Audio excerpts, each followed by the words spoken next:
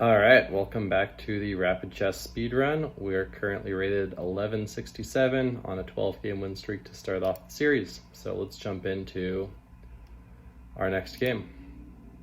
We'll do 10-minute no increment, and we're gonna play with the white pieces here. So we'll go d4 per usual, and then c4, Queen's Gambit, and we get another Queen's Gambit accepted. So in the early rating range, Queen's Gambit accepted is definitely the line of choice.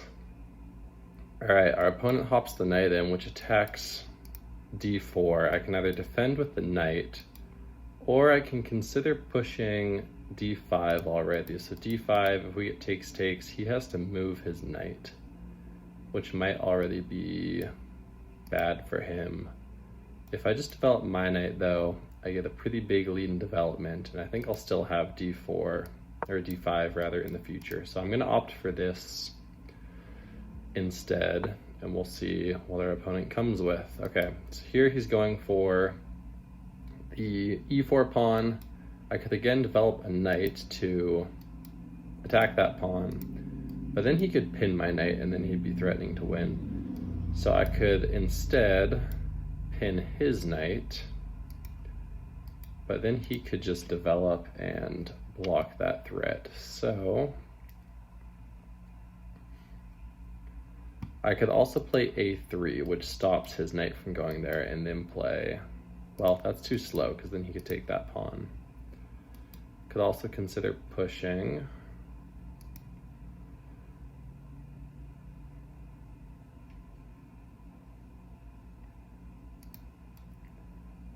I could also consider takes. I could also consider d5 here. Let's go for it. That way I keep the pressure on attacking his knight. I am a little bit closer to castling than he is, so opening up the center should be good for me here. And he doesn't have time to take the pawn on e4 because I was attacking his knight.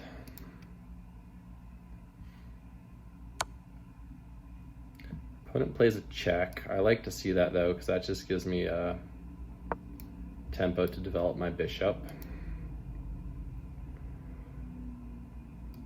And now he's gonna have to move his knight.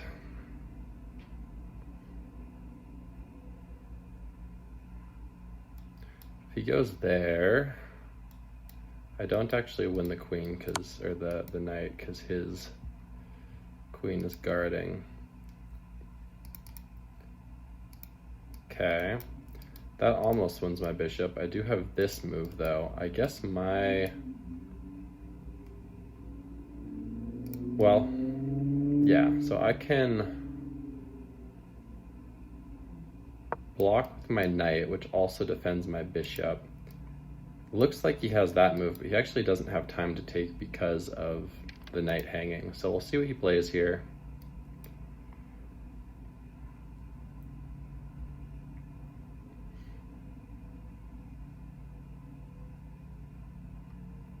Our opponent is putting some pressure on early though, credit to him. I just think that he doesn't have enough pieces developed, so in the long run this might end up hurting him.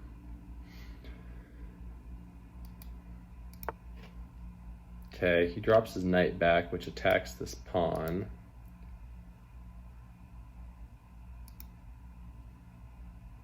I can drop my bishop back.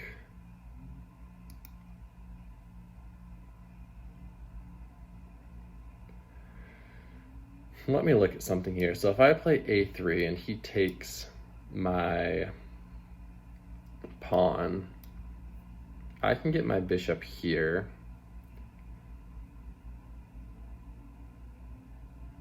His queen would have to drop back. Only square is, oh wait, does that trap the queen? Let's see, a3, if he takes on b2, I go here. That's covered, that's covered, that's covered, that's covered, covered, covered by the pawn, covered by the bishop, covered by the bishop. So let's try this.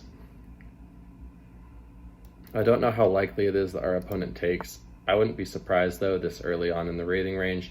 He does not, so that's a good eye for him. I was almost able to trap his queen there. All right, this pawn still under a lot of pressure.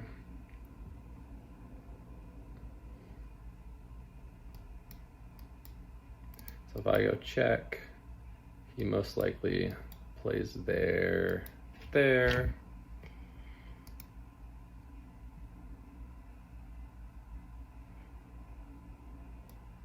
If I go knight b3, I can set up an attack on his queen.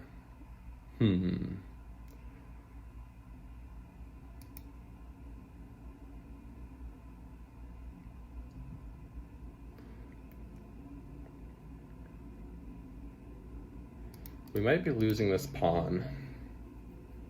Our opponent's playing very well so far.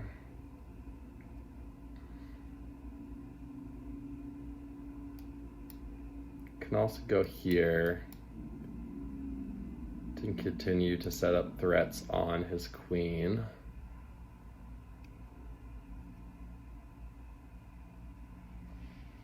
All right, I don't want to spend too much time. I'm going to castle, and then we'll try and generate some sort of attack after he takes our pawn.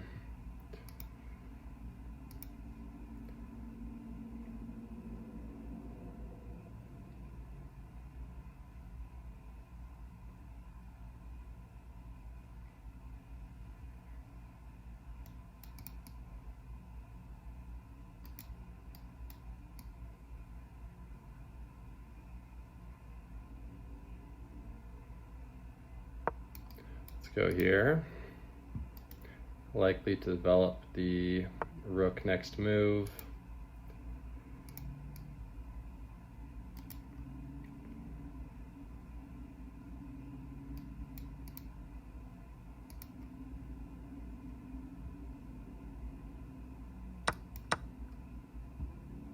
Okay. That allows this move.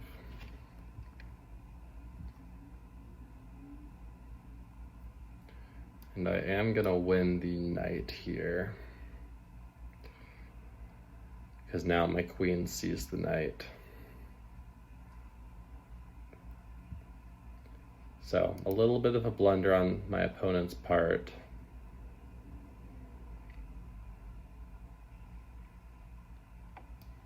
He'll probably pick up the pawn on b2 at the end of the line, but that's okay. B pawns, not the best. Not nearly as valuable as central pawns, which I also have none of, to be fair, but neither does he.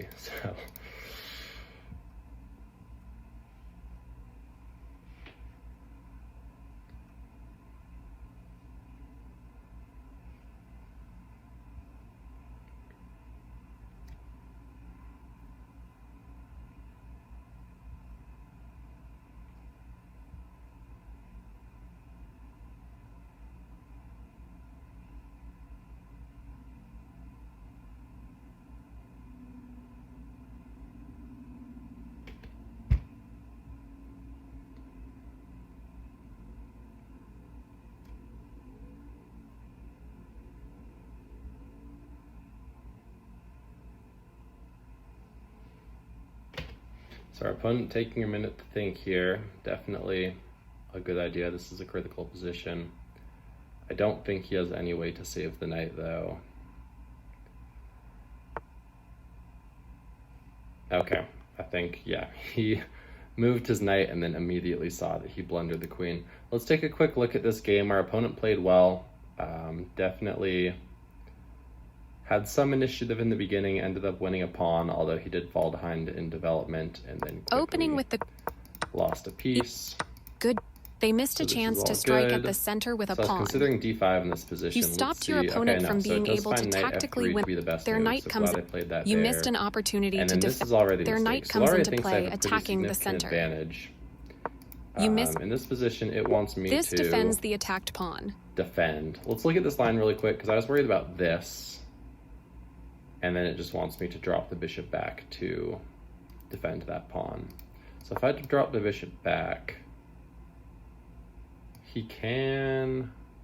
So he cannot take there. That's an important thing to note. This would be a common blunder early on.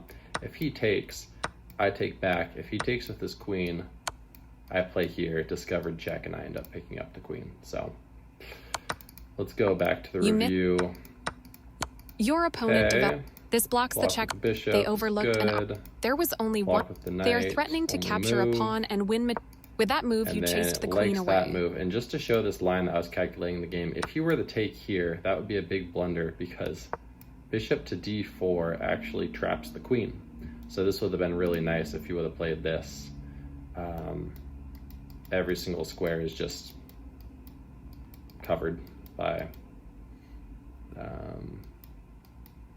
my many pieces that I have developed. So with that move, played the better. They are threatening to capture a pawn and win material after the follow-up trades. To play at this rating range, it's very tempting to take the pawn. Castling kingside tends to be which it thinks is good. It would have preferred out comes the queen, helping to solidify. I thought he could just play here, and I didn't see what this blocks the check from an opposing queen. That does, and then just dropping this back. I guess that would have been good because he can no longer afford to take this pawn. Because if he takes, all of a sudden the knight's pinned. I'm getting in here. I can actually sack the knight. And he's just in a lot of trouble here. That's under attack, that's under attack, that's under attack. So castling kingside tends to be safer because your king is further from the center. That this seems like a mistake to me. And all right, it says the position's equal after this. It preferred jumping my knight in, which again, kind of immobilizing this knight because if he moves, even to like attack my queen, I have that move. This forces the opponent to lose castling rights. Yeah, now the king's gonna have to go for a run. Say he goes forward, I could even probably play something like rook e1 to pin the knight. This defends a vulnerable queen by pinning one of its attackers. All right, let's go back to the game. They overlooked an opportunity to recapture when he takes back there, that enables you get a chance to win a tempo. Instead, our opponent needed to take back a clear recapture, knight, which would have kept the game about equal. But nice discovery tap. They left their queen open for capture, moves the knight, giving you a chance to win material. Not only does he lose the queen, but he loses the queen with check, so he doesn't even get to pick up the knight. Not to mention that the knight would have defended the bishop, and even if it hadn't, I would have had check and winning back the bishop. So that will do it for today's game. Thank you for joining me.